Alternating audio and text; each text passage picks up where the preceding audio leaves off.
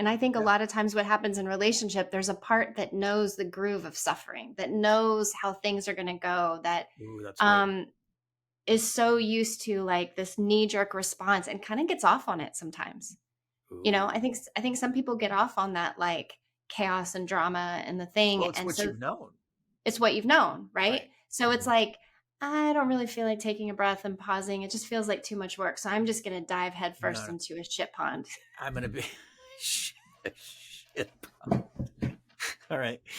So for me, it's a part. There's a part of me, right? Because I'm very mindful and aware of like who shows up on the border. I always say, if we're going to talk about couples communication, let's draw a Venn diagram, two circles intersecting, and that shared area is the most important real estate in your life, Mhm. right? That shared area, that little almond between you and your partner, that is some prime ground. Now you need to know who and you shows up. Mhm.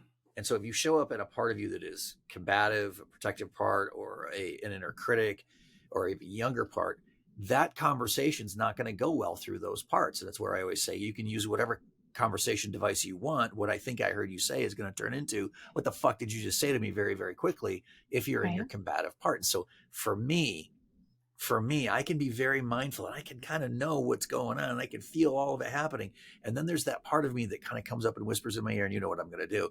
He goes, now you get to say some fucked up shit. Right.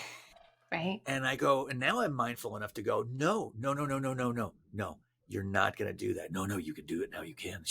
You heard what she said. And I'm like, oh, and it's like, there's this battle going on.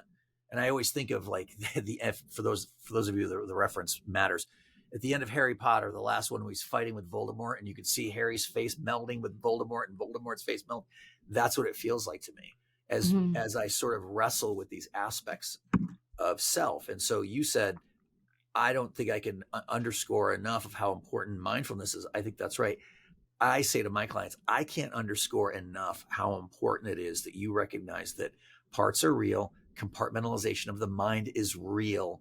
And once Mhm. you're in a particular compartment of your mind, those are the skills you have.